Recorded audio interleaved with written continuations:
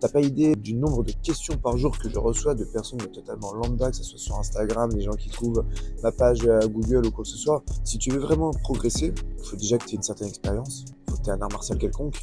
Si tu rentres dans le MMA et puis que tu es totalement vierge, si je peux dire, ok, pas de problème. Il faudra que tu aies la dalle. Pourquoi? Parce que le niveau, ne serait-ce que amateur actuel, il est énorme. Tu regardes le KOF, Hexagon MMA avec les amateurs, le MMA League, oh, il y a des amateurs, tu te demandes d'où ils sortent. Il y a encore quelques années, on n'en aurait jamais entendu parler, on n'aurait jamais vu ces gars-là. Et le niveau qu'ils ont, déjà, si tu veux progresser et rentrer dans le cursus de la compétition, entraîne-toi, apprends et discipline-toi. 90% des personnes que j'ai dans les demandes, ce sont des personnes qui vont être irrégulières. Elles ont plein d'espoir, elles ont envie, mais malheureusement, elles vont être encore un petit peu trop jeunes dans leur tête, leur façon de procéder.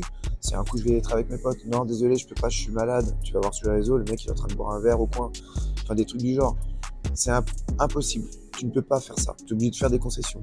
Tu veux marquer, maintenant que c'est autorisé en France et maintenant que c'est ultra médiatisé, tu vas avoir des amateurs qui vont être beaucoup plus médiatisés que des professionnels. Il est où la logique là-dedans? Donc dis-toi qu'un amateur, avant même de devenir professionnel et de peut-être pouvoir en vivre, le mec il est déjà super connu. Donc si tu veux faire partie de ces personnes-là et réussir, avant de parler de UFC, machin, etc., ne serait-ce que déjà de réussir à sortir de ce circuit amateur, il faut sortir les doigts du...